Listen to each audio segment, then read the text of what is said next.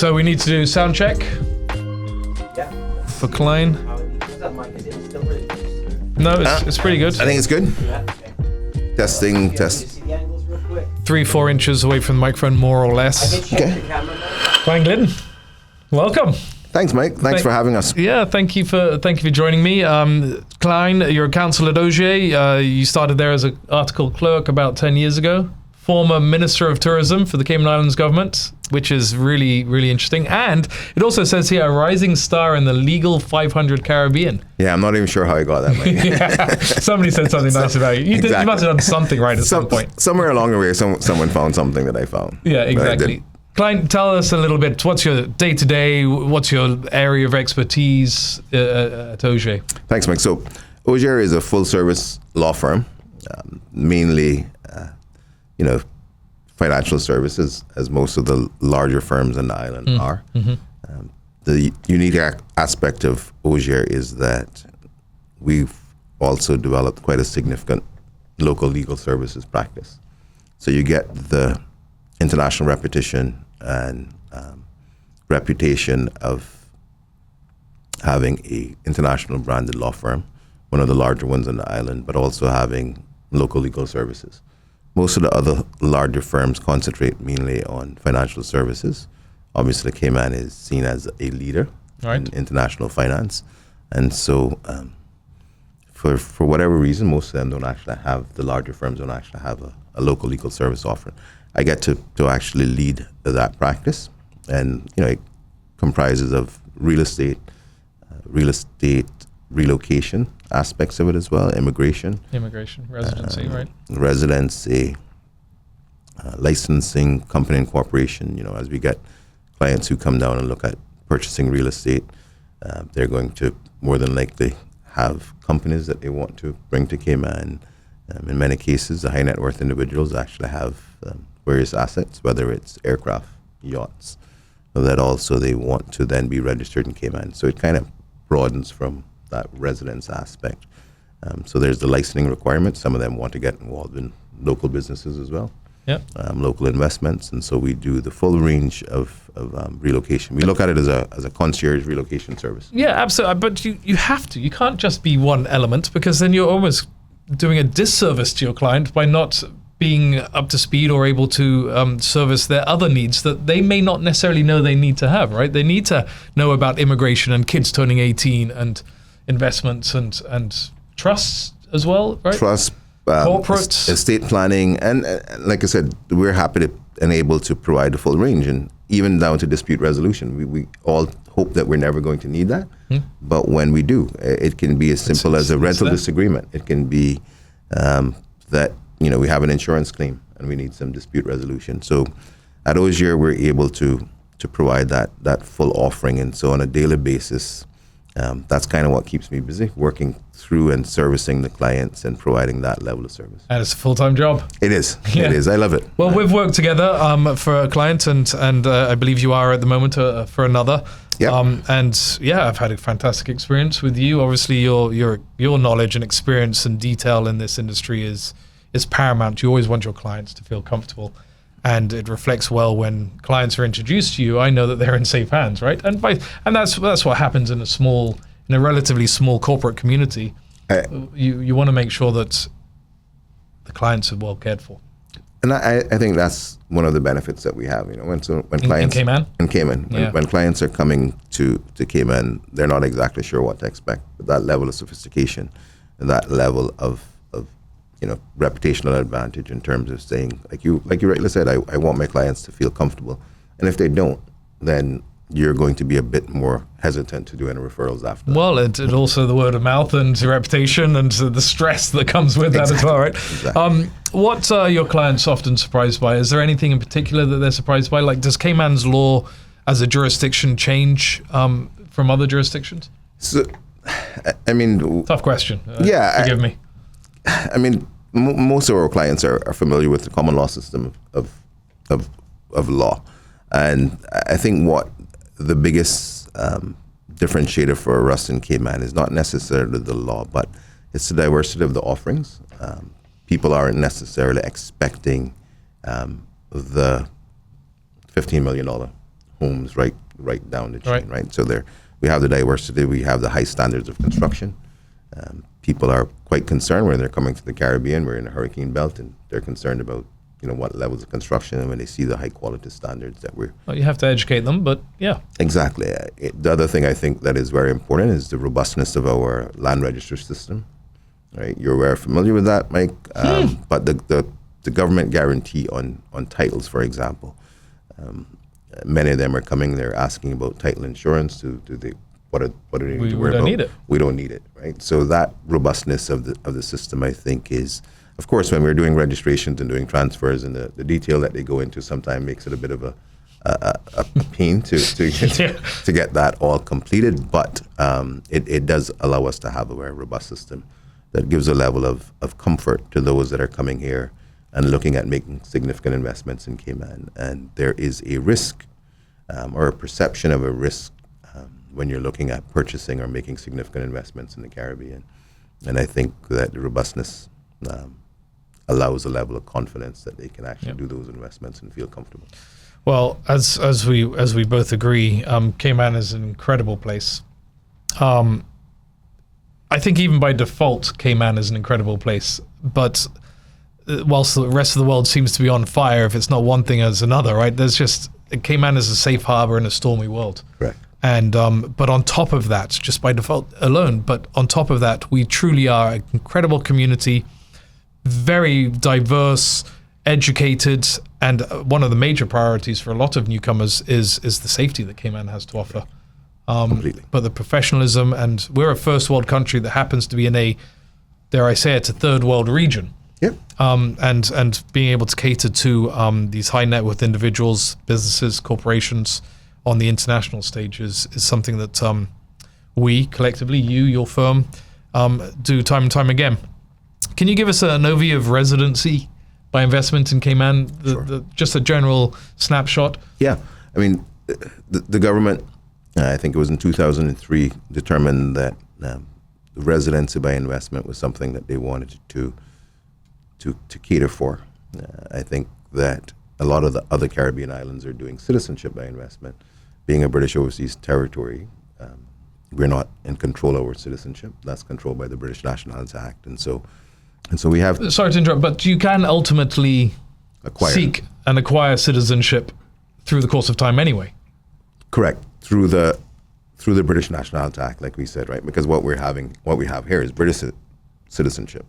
We talk about being Caymanian, but that's a right enshrined in our immigration law. Right. It's not necessarily a citizenship. This is a hot topic. It gets a little bit more confusing. Right. So we're all British nationals, and so in the offering of residency, we're able to offer two different tiers. One of them being permanent residency, so it's basically unlimited, and the other being a 25-year residence certificate that's renewable. It was mainly designed at that time for retirees who were looking at coming to Cayman for a fixed period of time. Attracts wealthy individuals that wouldn't be a burden on the state. Correct. So, both of those give you a right to reside in Cayman. One has a requirement. So the 25-year residency certificate has an investment criteria of 1.2 million US. Yep. It gives you a residence certificate for 25 years, and it has the right of renewal for a further 25 years, so for a total of 50 years. Again, if you're a 60-year-old retiree that wants to come, 50 years should be more than enough. And like I said, an investment of 1.2 million US, you need to have a clean police record. You need to show that you have the ability to maintain yourself and your dependents. The rule of thumb for that is usually like 150,000 maintained in annual income. And then you need to have health insurance, right? So as was mentioned, you don't want to become a burden. We want to make sure that it doesn't become a burden, and health insurance is mandatory in the Cayman Islands. Yep. So if you can meet those 4 criteria and you want to reside in Cayman, that's an option available for you. The unlimited residency, the difference is it's actually 2.4 million US. And again, the difference with that one, it's a bit higher from a one-time cost. There's a one-time government fee of 100,000 CI, so 121,000 US. The difference with that one is you can get a variation to allow you to work because both of these were without the right to work. But with unlimited, you can get a variation. Usually, an individual will come and decide that they want to work in their own company. What we see a lot of is that they retire, they've made their money, they don't want to work, and then they come here, and after a while they get bored and they decide that they want to do something. So you can get a variation. You still have to pay the price of the work permit. But the other significant benefit of the unlimited residence, as we touched on at the beginning, is that you're able to actually, through a period of making Cayman your permanent home, actually qualify for naturalization under the British Nationality After Act. 8 years? 5 years. 5 years. 5 years. Okay. So it's 5 years where Cayman is your permanent residence. And so the way that the British Nationality Act determines that is that you can't be outside of the country for more than 90 days. In any 1 year. In any 1 year over the 5-year period prior to that application, except for education, medical, or business, right? So if Cayman is actually your primary home, and you have an unlimited right of residency in that jurisdiction, you can then make a application under the British Nationality Act for naturalization and then become a British subject, British citizen. You get a right to a passport. And then after acquiring that, 5 years after that, you can actually make an application for the right to be Caymanian. So that's, This is a touchy subject for many. It is. Cayman's population, I remember my parents came here and the population was like 7,000 people. And I often chat with my dad about this sort of stuff, and he goes, what was it like? And West Bay Road was just a sort of almost a mile track. And then you fast forward to today and we're at 85,000, 82, government will say 79. I don't know, it depends who you talk to. It's moving real fast. But it's moving really fast, and that's the point. And is this a case of if we don't grow, we're going to run into trouble? Is this a case of we have to grow? Is this a case of we shouldn't grow? I mean, listen, everyone's going to have a different opinion, and I don't want to pin you down on, put you under the spotlight on that, but I know, and I'll share mine first. If we don't evolve and adapt and grow, then we're going to wither and fall behind. It's part of my general overarching thought on population growth. What is important, however, is sustainability, traffic, right? Public transport, managing and maintaining crime that Cayman has traditionally known as a very safe place, and this is very important for many people coming here. So crime management and control is important, and obviously community is important. I don't know. Share your thoughts. What do you think? Sure, Mike. Like you say, always a difficult discussion. It's much easier for me to discuss it now that I'm not in a position of making policy. Yeah, Minister of Tourism is exactly. It's one of those things that you struggle to get the balance right. But I think I share, if not all, the majority of your views on the concerns.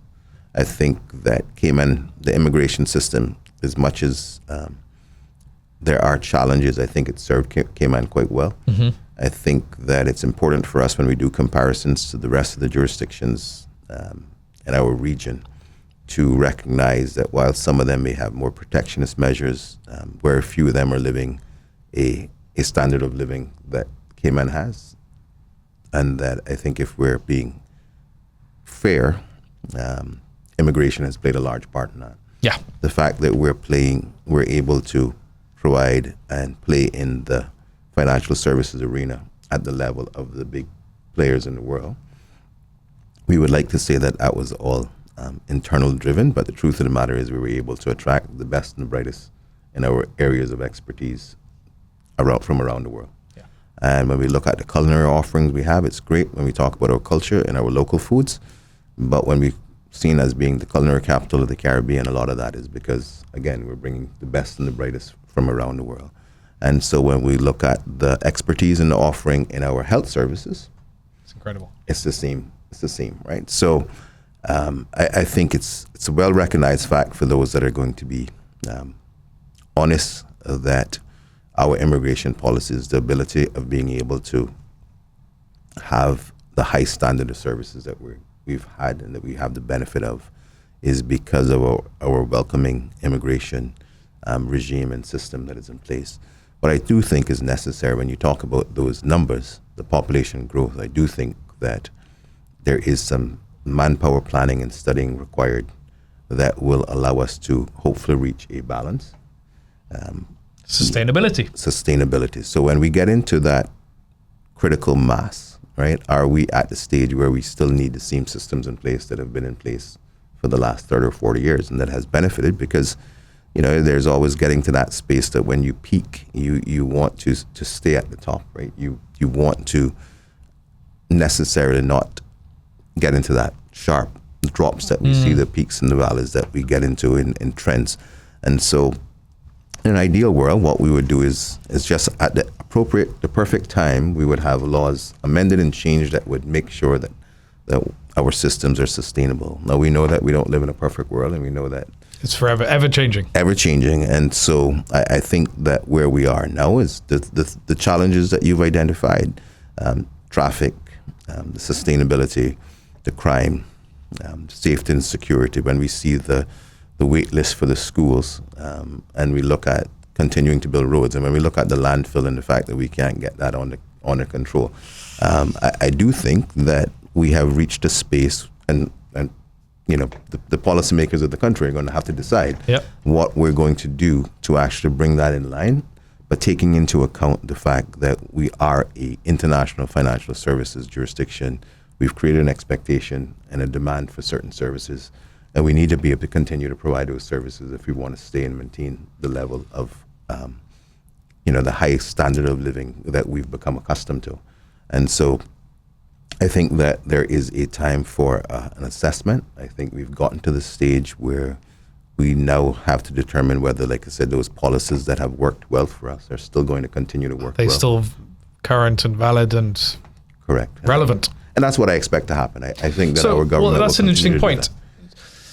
The 2.4 million permanent residency threshold in existing property investment was initially designed to bring in high net worth individuals, retirees generally, that weren't going to be a burden on the state, et cetera, et cetera. But what we have found has been happening is that younger individuals are coming to the island. Instead of buying one $2.4 million US or higher property, they're buying $500,000, which has just exacerbated the housing issue, correct, housing affordability, which obviously, and this is why we started Property Cayman Cares, is to try and play our part in trying to help getting Caymanians onto the ladder and play a role, at least from that perspective.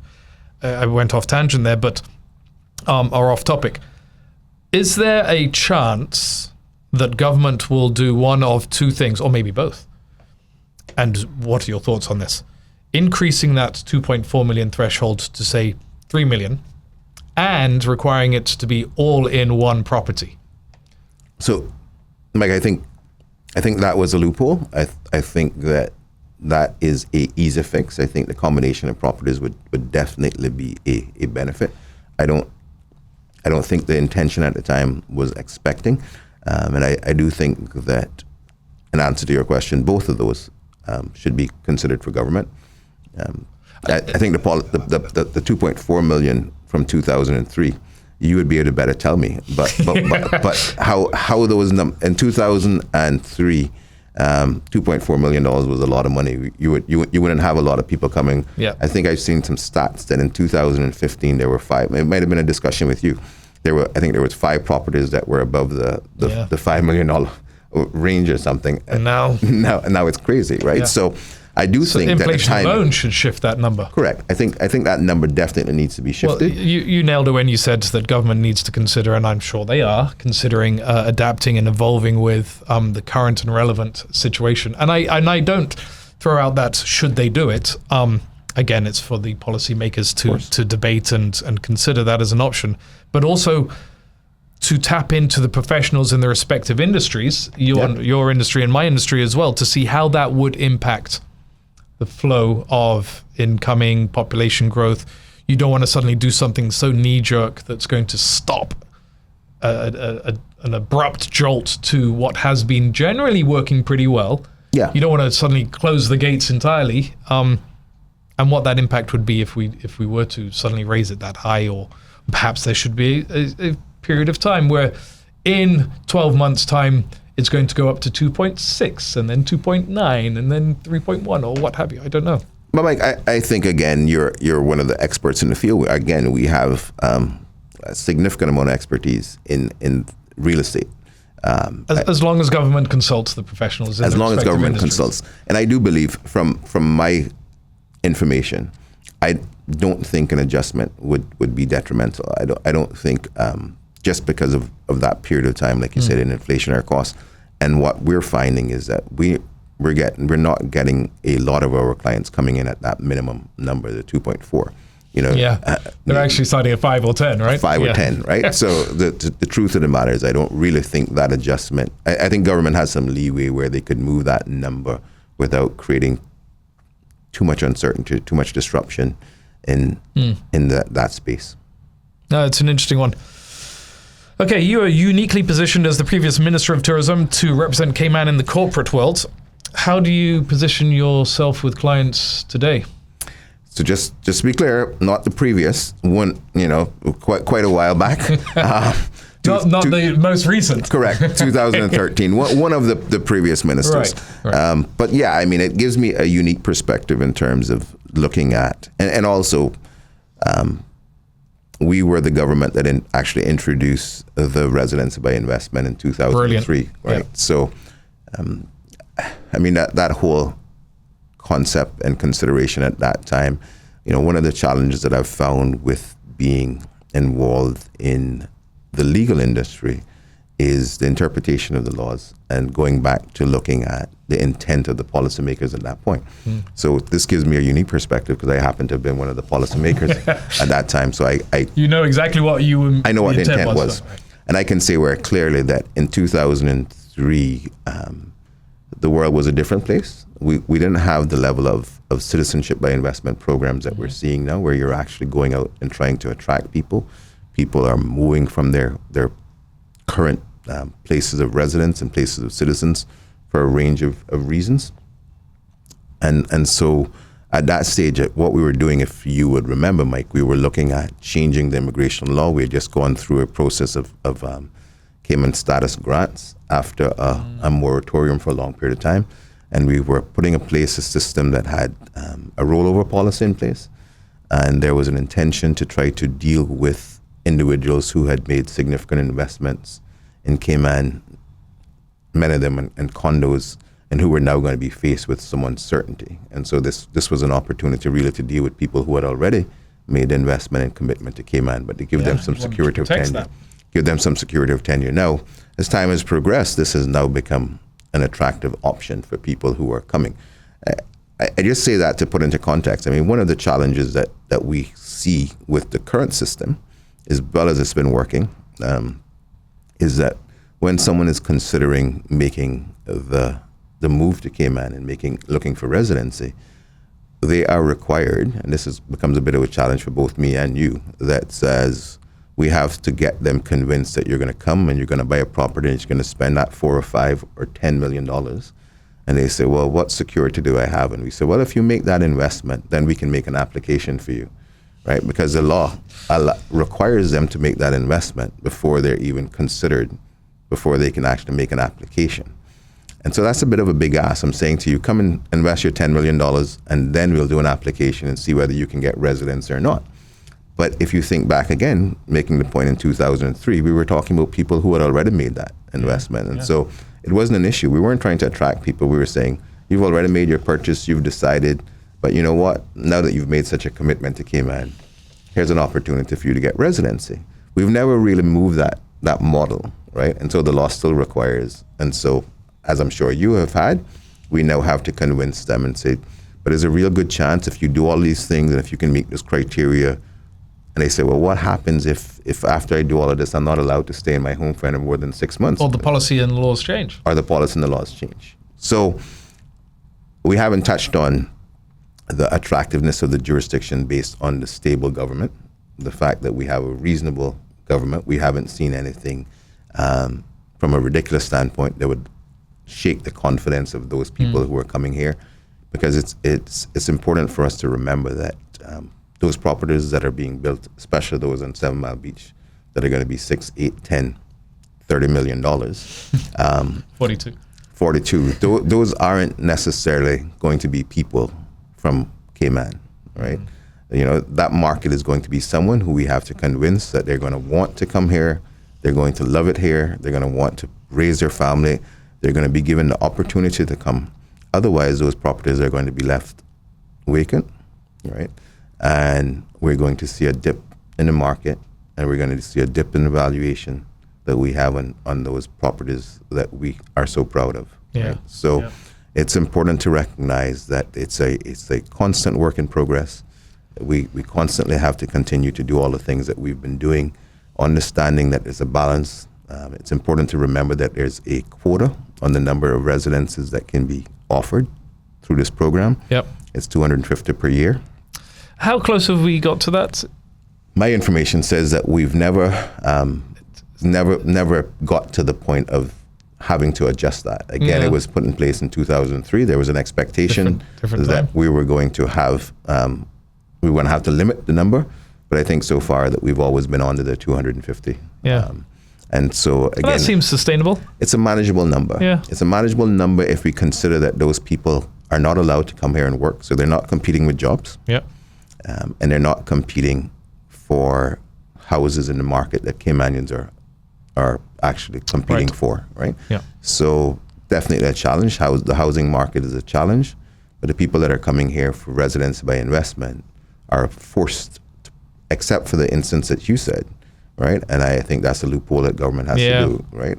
Except for those instances where people are looking and saying, not even 5, I'm going to buy 2 properties at 1.2. I'm going to rent one of those and I'm going to live in the other one and I'm going to qualify. All right. I don't think that is something that we should be entertaining. I think, like I said, that's something that needs to be addressed, and the combination of properties. I'm sure there's rare occasions where it's come up a lot. I've heard this talk. I don't want to sort of be the one to plant that seed out there for everyone, but it is a loophole that has been taken advantage of. And yeah, in fact, that's a nice segue. I was asked to speak to the youth parliament. Yeah. Remember? Because the debate was, should we restrict foreigners investing in the Cayman Islands? This is the youth parliament, but it's proper opposite sides of the bench, and I had the honor of having your son. He's a youth. Is he going to follow your footsteps? No, not at all. He's not even going into law. He went into accounting. He's in university doing accounting. Good boy. I really enjoyed me. He's a bright boy, and I very much enjoyed that. But what was interesting was, first of all, I was touched that I was asked, because I was once a young Caymanian, and I like to think I'm still a young Caymanian. Yep. But I really understand that debate. And it was determined at the end of the Youth Parliament debate that it was not a good idea to restrict foreigners investing in the Cayman Islands, because that is part of and you touched on it earlier, it brings that culture and it brings that diversity and it brings, can I say fresh air? I don't want to say it like that, but it brings an element of the latest in technology and healthcare and culinary and financial, and the tech industry is really, really thriving. So what are your thoughts on where Cayman's going? So, tough question. Yeah, I mean, you're known for tough questions, Mike. So, am I? it's I think Cayman is poised to continue on its path to success. I think that we're blessed to be living in a jurisdiction that we have the safety, the security. The sun, sea, and sand that people, all those S's, right? And the one that I think actually separates us more so from a lot of the other jurisdictions is sophistication, right? I think that especially in this market space that we're talking about, the informed, prudent, successful business person that has decided that Cayman, or they're looking for moving from their current residency or place of citizenship, I think they require a certain amount of sophistication that you don't traditionally get in the Caribbean, right? So whether whether it's the systems that we talked about, the lands and survey system, the sophistication and the robustness in that system to give the certainty, whether it's the service providers, the law firms, the accounting firms, the real estate companies that they're looking for. People still see the Caribbean as being the Caribbean in general, but the experience that you have when you're looking at doing business in the Caribbean can be quite diverse in its range of service offerings. I think the sophistication demanded by our financial services industry, for example, has come across into all the other areas of service. And so just like how you can expect if you're doing a financial service transaction that it's going to be at the same level of London or New York or any of the other onshore jurisdictions, and it is. I think the same happens when you're looking at the other level of services. And so, like they said, a rising tide raises all ships, and I think Cayman offers a level of sophistication.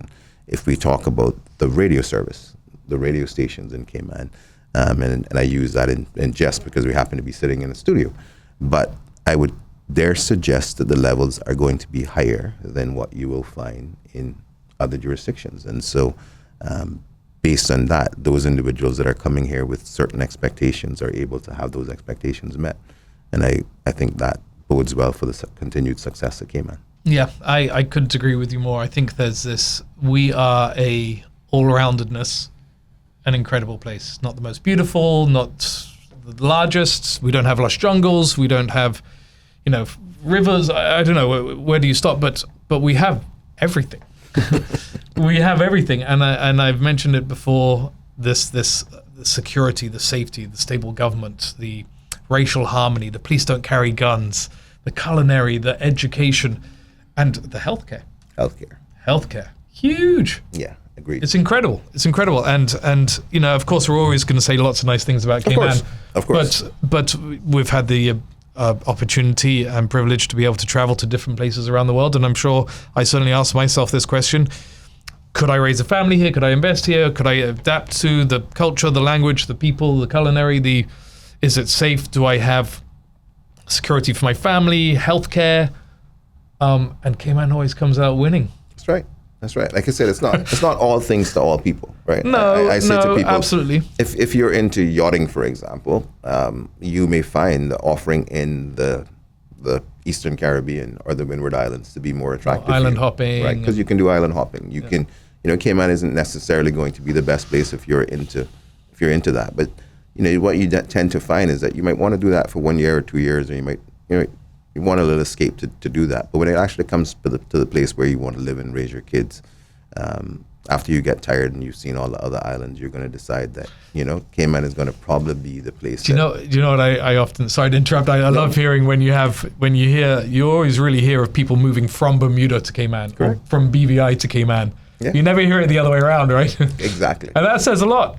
Says a lot. Like I said, those beautiful islands, if you want the topography, if you want to get those views and vistas that you're going to get in some of those other islands who have the elevation, and like I said, if you want the marinas and you want to be able to do the island hopping, Cayman isn't going to compete well in those spaces. But when you're coming to the safety, security, the healthcare, your priorities of your decision need to be the education for your kids, to be the accessibility to North America if your kids are in school, right? You're right. Cayman is going to pretty much excel in those areas. Development, Cline. Yeah.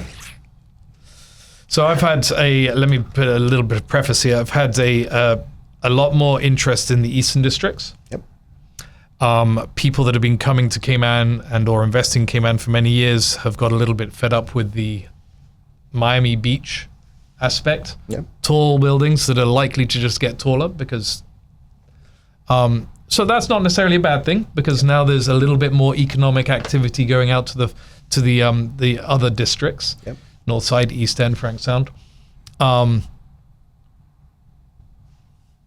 Development.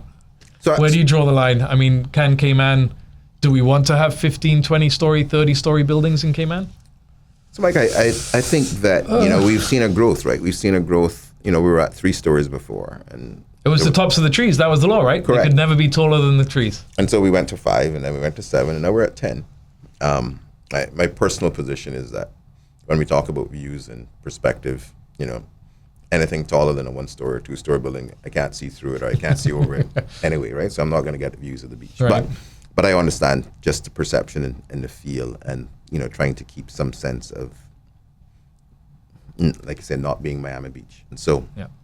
I think what Cayman offers is what you're finding is that if I had to choose a place that was the best place to live in Cayman, and we do, our clients are going to ask us, where should I be looking? And so if you want that hustle and bustle, and if you want to be close to the center of activity, then I will say 7 Mile Beach Corridor, into West Bay.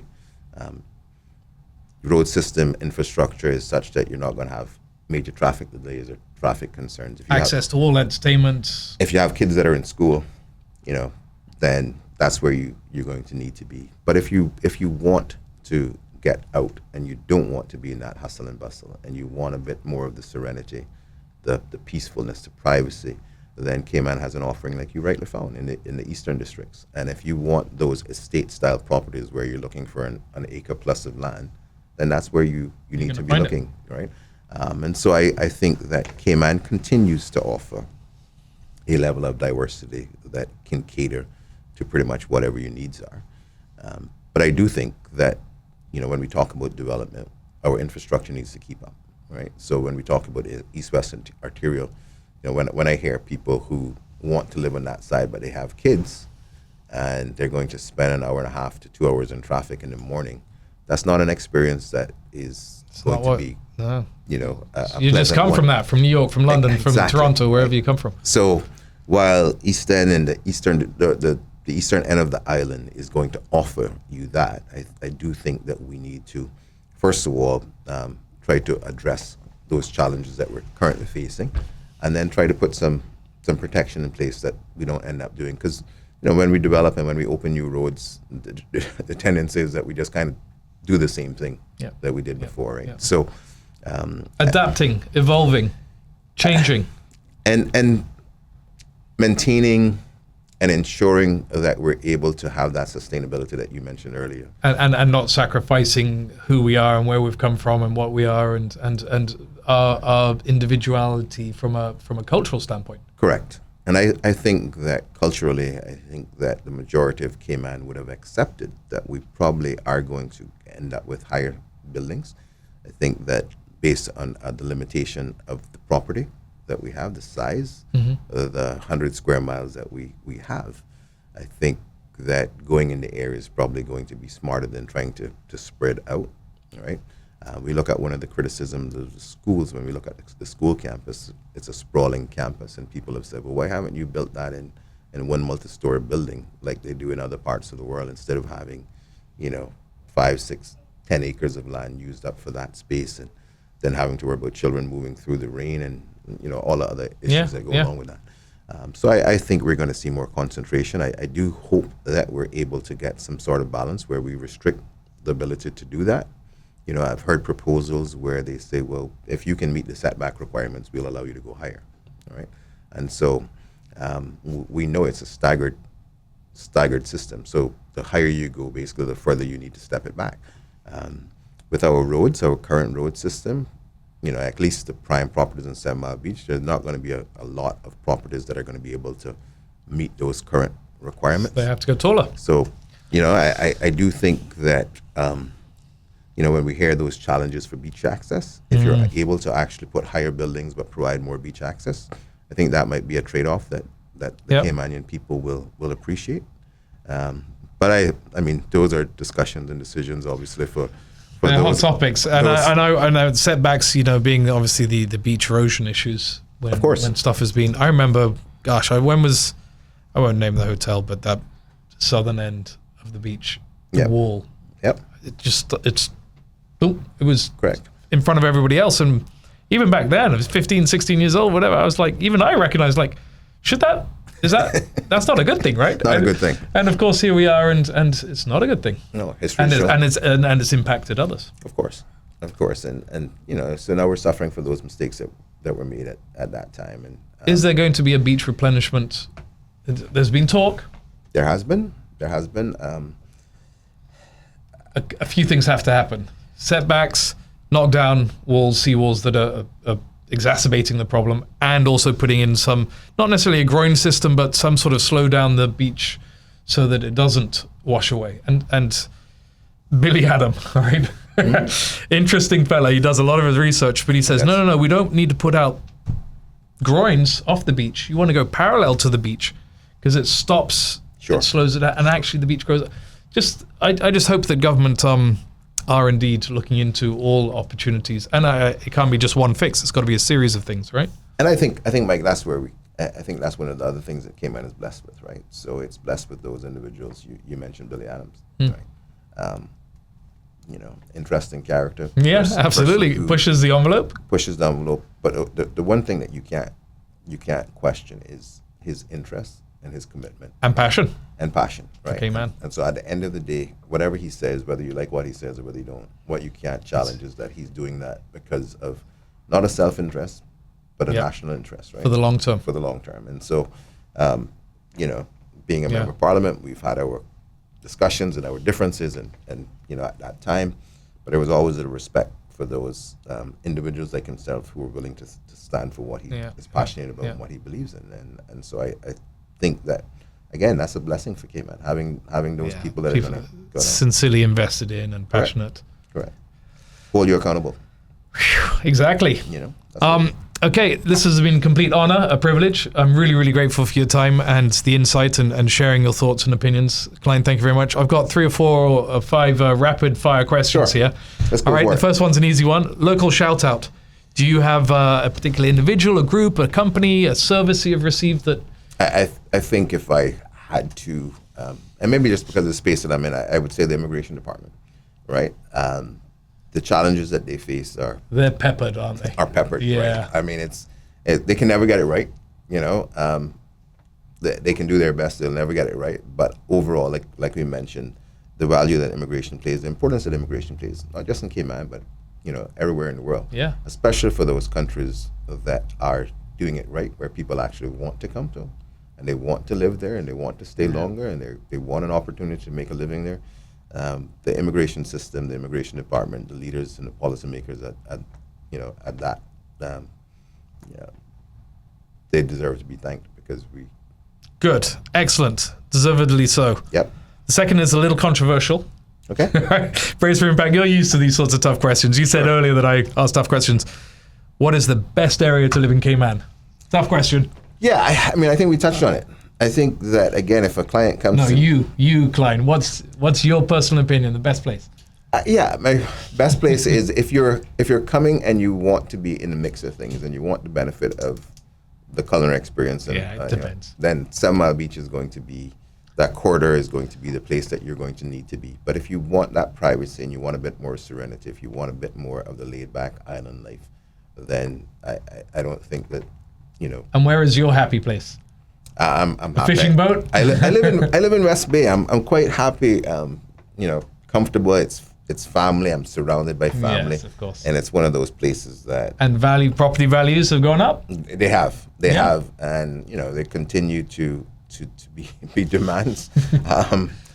We go through the same struggles, looking at getting property for your kids and grandkids now, and ensuring that they're going to be able to enjoy that life and that legacy that we have, So definitely a mix. I think the important takeaway from that, Mike, is that Cayman has something to offer for pretty much everyone. Yeah.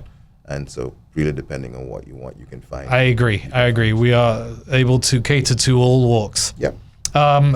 This is slightly controversial, but not so bad. To see how you answer. Best place for sundowners on the island? No, 7 Mile Beach. 7 Mile Beach? Yeah, I mean, golden sunsets. Golden sunsets. You can't beat it. Green flash. The whole bit. You ever seen a green flash? I have. I think I have as well. I have. It's a bit of a controversy. It's that moment where the sun comes right through the very horizon at the angle of your height, however you are, and that flashing. It's probably because you've been staring at the sun for the last 5 minutes, waiting for it to go through. But we both more have of a purple flash. We both have seen what we think is the green flash. I'm convinced I've seen it. Me too. And this is a little deep. What do you love most about Cayman? And be as honest, authentic, real, transparent as possible. What do you love most about Cayman? What's that one thing?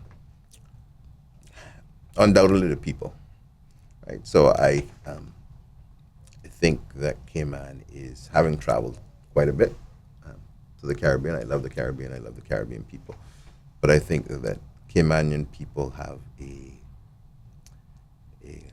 a difference. I think that while I would like to say that it was some planned, engineered process, I think that a part of our process and our development as a people that has made us as unique and special as we are is the fact that, you know, in the early days, Cayman was pretty much bare basic nothing here. Fishing village. Fishing village. Just like the rest of them. Well, a lot of the others had issues, right? So some would have had sugarcane, some would have had plantains, and they would have had exports, and then they would have had these large slave plantations, and so. But we had turtles and rope. So, but okay, yeah, depends how far back you go. Depending how far back you go. So what we end up seeing in some of the other jurisdictions, there's a bit of a resentment from immigrants, because in most cases those people came and they didn't necessarily do well for them, and so they took away from what they had. In those days, people weren't coming to Cayman. What we found is that our forefathers had to leave Cayman.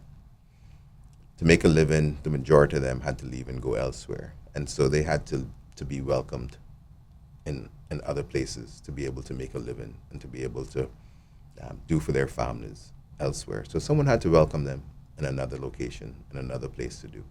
And so I think, you know, and again, this is just my assessment as to when we talk about Cayman kind and we talk about what makes Cayman more welcoming, we talk about the diverse cultures and the mix that we have and the seamless transition and mix that we have with the different diversities, the different cultures that are there. I think it may have something to do with the fact that we're cognizant of those that looked after us. Those that looked after us when Cayman wasn't necessarily the place that it is today and when we had to go elsewhere to make a living. And so we're much more prone to welcome those people that are now coming here and choosing Cayman as a place, right? And so I think we're all ambassadors to any newcomers, whether we're off island and talk about Cayman, or if we're welcome, you be kind to a tourist, right? Exactly. Because you want them to have a good, positive experience. So from a favorite thing about Cayman is definitely people, the uniqueness of that. You know, I take pride in hearing those experiences when people come here for the first time and they talk about, you know, well, Cayman kind is a real thing. You know, it's not just a tagline. It's people that are really, and I see those. I see people signing off their emails, Cayman kind regards. Correct. I love it. Correct. It's fantastic. And Cayman, I agree with you 100%. It's the people, the community, just the warmth. Yeah. There's a collective. I remember, gosh, I think it was the Red Cross, Cayman Islands, was categorized as the highest earning per capita Red Cross in the International Red Cross Network in the world. This was several years ago. And that's just, you know, that's people coming together for a common cause. It's a beautiful thing. It is beautiful, Mike. And you know, dealing with people from around the world on a daily basis, you hear these you know, little measurements, these little tinkerings as to what it means. Yeah. They're sitting waiting for you a little while ago, and I was speaking to Mike.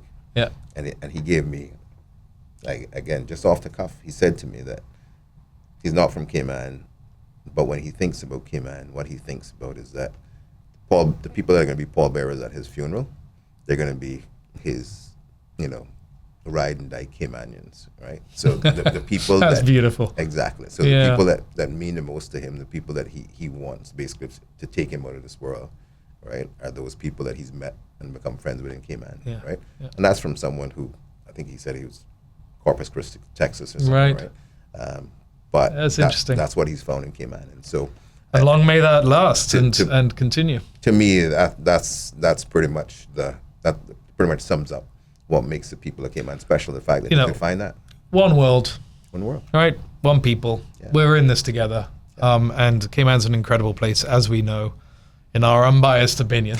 Yeah, of course, totally. But yeah, listen, let's leave it with that. Thank you so much, Cline. I really appreciate your insight and everything. Thank you. It's been wonderful.